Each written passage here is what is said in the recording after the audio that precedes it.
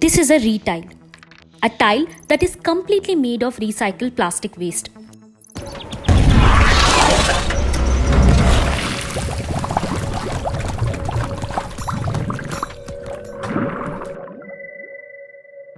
Over the years, the amount of plastic waste being generated has been consistently rising. In Bengaluru alone, around 60% of the dry waste comprises of plastic. While recycling is often presented as a solution to plastic pollution, it is not happening in the scale it needs to. See, you source the raw material and then you convert it and then you use it and then dispose it. That's the linear economy or linear kind of manufacturing, the current practice which is going on. The kind of circular economy comes in, a circular kind of manufacturing happens after the shelf life is over, let's say. It has to either get into the recycling or to reuse or some kind of mechanism so that you could save the natural resources back again. That's why Rajesh Babu's Swachh Eco solution has come up with products like the retile that are 100% recyclable.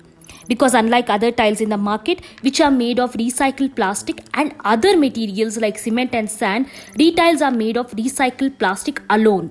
This is a homogeneous kind of product made out of one grade of plastic, which is went into the to manufacture this product.